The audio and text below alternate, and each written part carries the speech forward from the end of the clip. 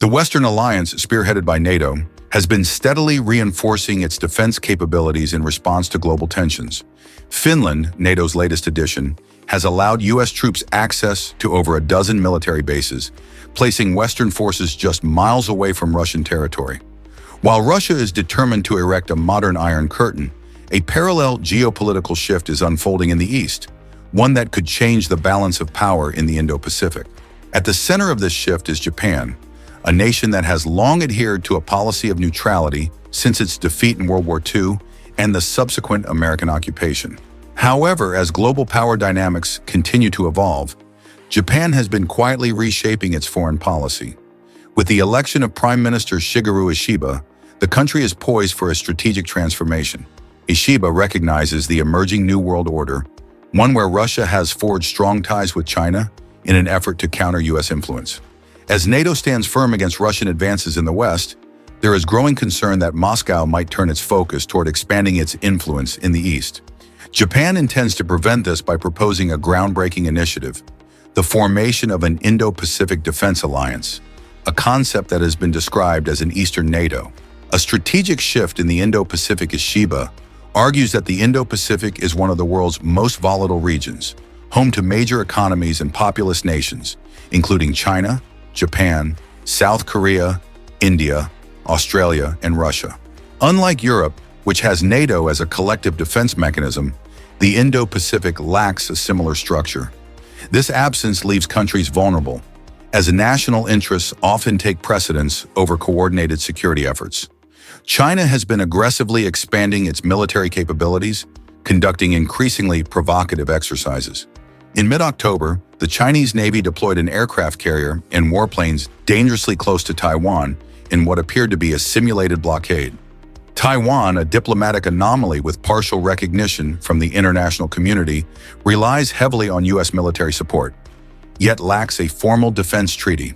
This raises concerns over whether the U.S. would intervene should a conflict arise. Ishiba's solution is twofold.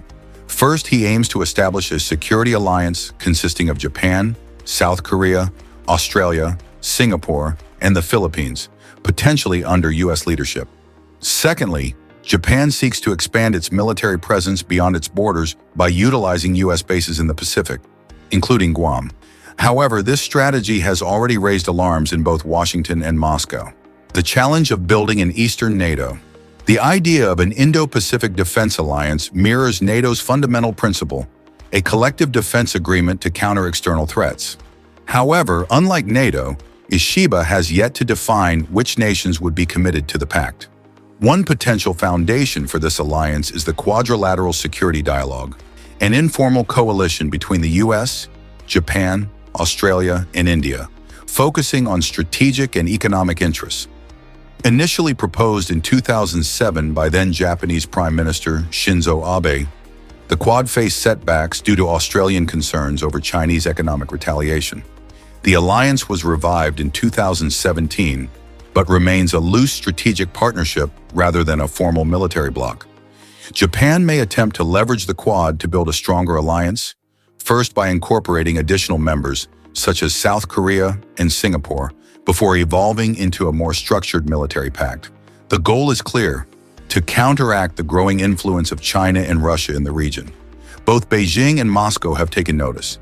In September, Russian aircraft violated Japanese airspace, prompting Japan to deploy F-35 and F-15 fighter jets in a rare direct warning to a foreign military. This escalation underscores Japan's concerns and strengthens its resolve to seek new security partnerships. However, forming a new military alliance is a delicate process. A rapid expansion of defense pacts in the region could provoke aggressive countermeasures from China and Russia, further escalating tensions. The nuclear dilemma. One of Japan's biggest vulnerabilities is its exposure to nuclear threats. As an island nation with no formal nuclear deterrence, Japan relies heavily on U.S. protection. The three non-nuclear principles, established in 1967, prohibit Japan from possessing, producing, or introducing nuclear weapons.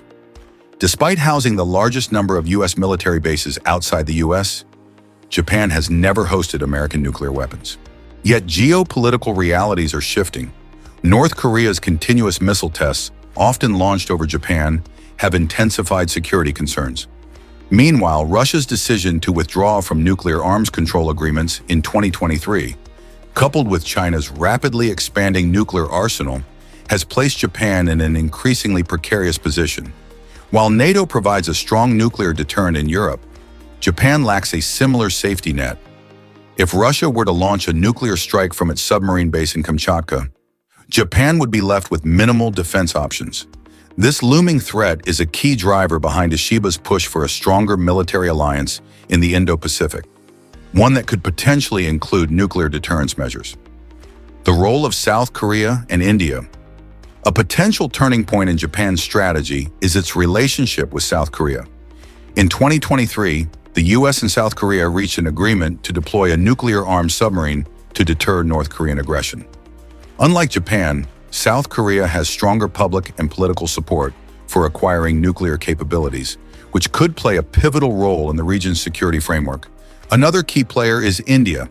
As the second-largest economy in the Indo-Pacific, India's role in any new defense alliance is crucial. However, its deep economic ties with Russia complicate matters.